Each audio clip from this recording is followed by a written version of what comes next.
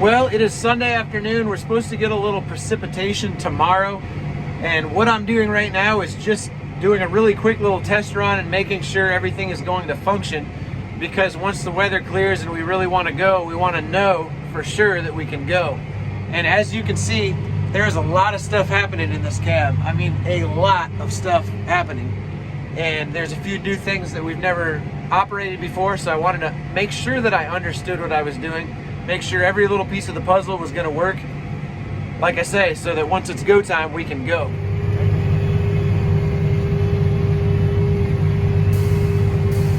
Hey there, thanks for turning down my road. If this is your first time here, my name's Carl. My little brother and I both work for local farmers full time, but we both also farm together with our cattle herd and our hay operation. If you don't have the joy of farming yourself, I'd love to help you experience it through this channel. Whatever your background, you found the right place. This is Dodge Brothers Farm and Ranch.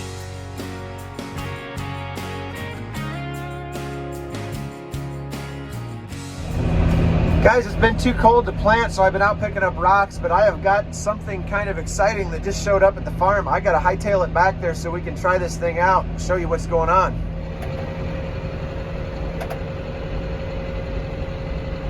So what in the world do we got here, Scott? So I know you guys have been wanting to try this. We talked about it last year. This is the Horsch Joker. This is an RT32. The 32 is basically, it's a 32 for working with. This is electronic depth control. It's just run through your ISO into your tractor. It's got two disc gangs. Both are 20-inch notched blades. And they're cutting at 17-degree angle, both of them are. And then this has the roll flex packing system. Basically what that is supposed to do is it's mixing all the soil and residue that's coming through your disc gangs, and then it's firming the seed bed behind you so none of your trash and all that stuff flies away. Makes good for planting, makes nice firm and smooth seed bed.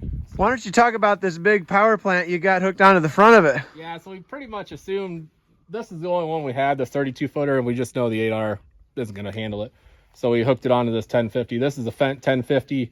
This would be 517 horsepower, 12-liter man engine, CVT transmission, all-wheel drive. Basically like an articulated tractor but on a fixed frame. Well, I don't know about you, but maybe we should stop talking and start tilling. Well, we might as well get after it sometime. Let's do it.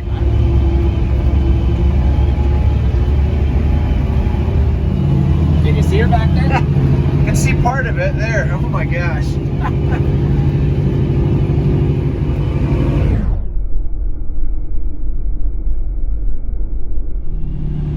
So Scott helped me get this thing set up, and then he kind of took off, and we're going to run it the rest of the afternoon and see what we think. So far, I'm pretty impressed. It's leaving a really nice level seed bed and breaking up all the clods a lot better than the Landau. We're going 10.9 miles an hour right now, too.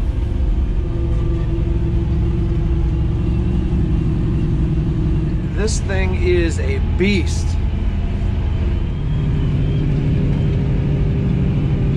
Hey Josh, would you say we're horsing around right now? Yeah, definitely.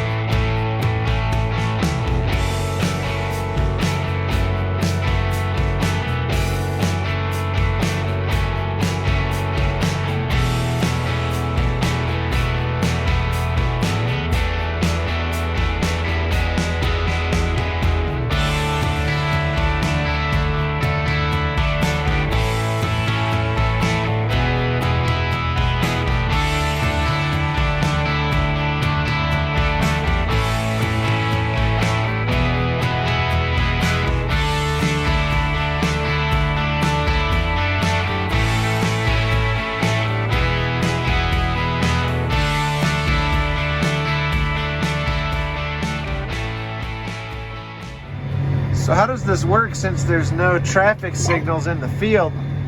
Is it just the smaller guy has to wait for the bigger guy?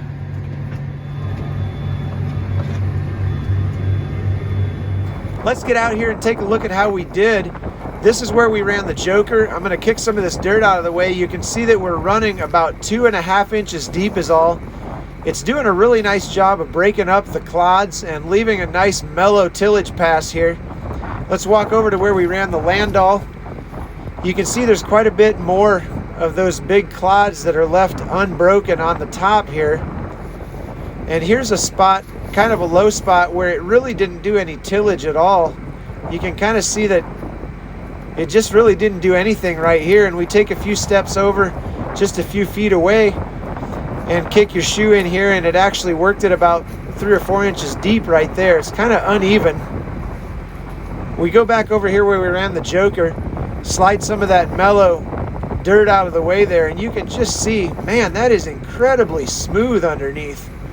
It just did a really nice job of leveling that dirt off. It's really going to help the ride quality on the planter, I think. If you look on the left-hand side, you can see it looks a little bit wavy where the Landau ran. Look how smooth it looks over here on the right where we're running the Joker. And I'm back in the Fendt. We're playing musical tractors today. So I gotta say, after spending a little time with this machine, this thing is really impressive. It is making a much nicer seedbed than the Landau VT Plus that we have been running for the last 9 years. This thing is doing a really good job.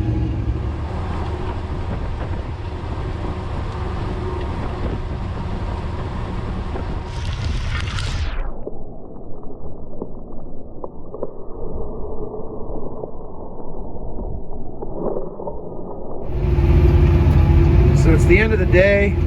We're doing the last pass, comparing the Landau VT and the Horsch Joker to one another. I think I'm going to run him over. He's not going quite as fast as I am. I'm going 10.6 and he's going about 9.6 or 9.4 with that Landau. I'm gaining on him.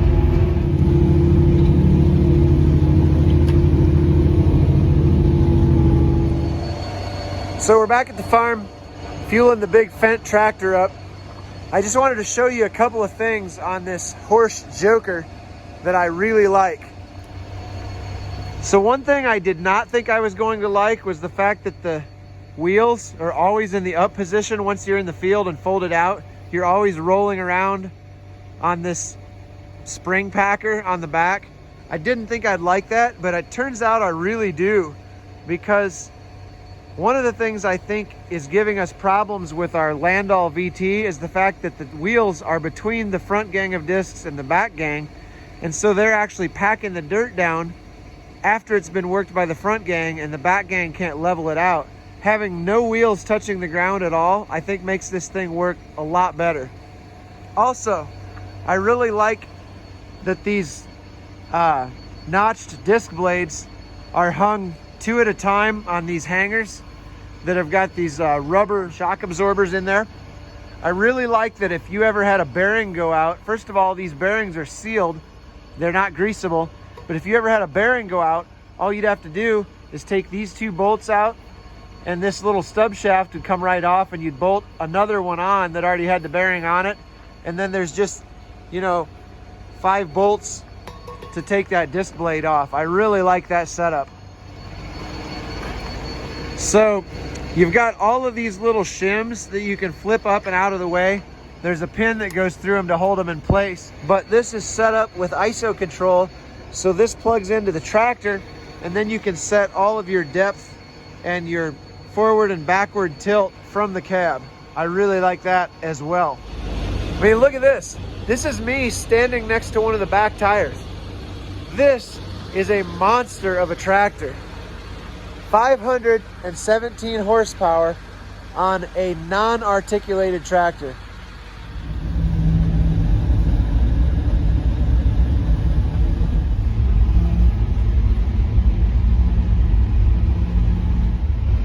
One thing that's kind of cool about this tractor, listen to this.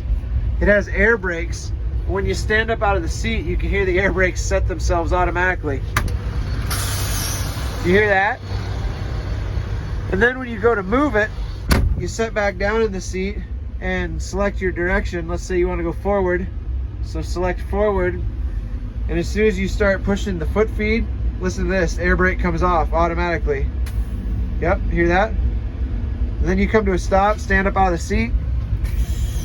There it goes, the air brakes are on again. This Fendt is a pretty cool tractor, but 517 horses, that's a little more than we need around here. But this Horsch Joker really impressed me today. I mean, how classy is this? When you open the door, here's this LED light to light up the steps. Quite an outfit. That's weird. I swear I left a giant Fendt tractor and a Horsch tillage tool sitting right there. It looks like it turned into a Chevy pickup overnight. Well, as you can see, I'm back in the planter. I'm putting in some more beans today.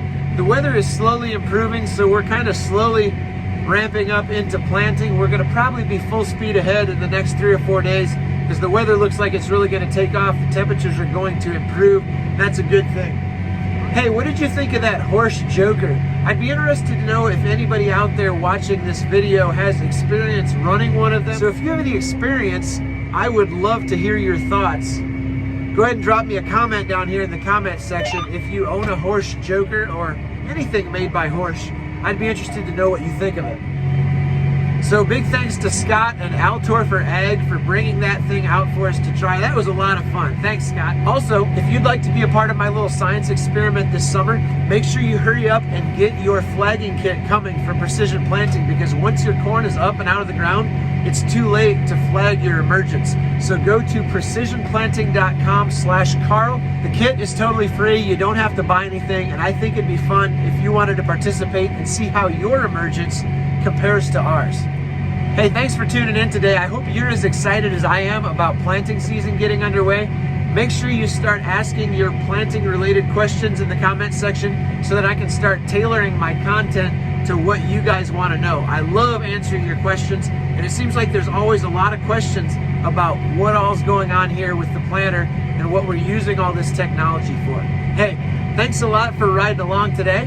I'll see you next time.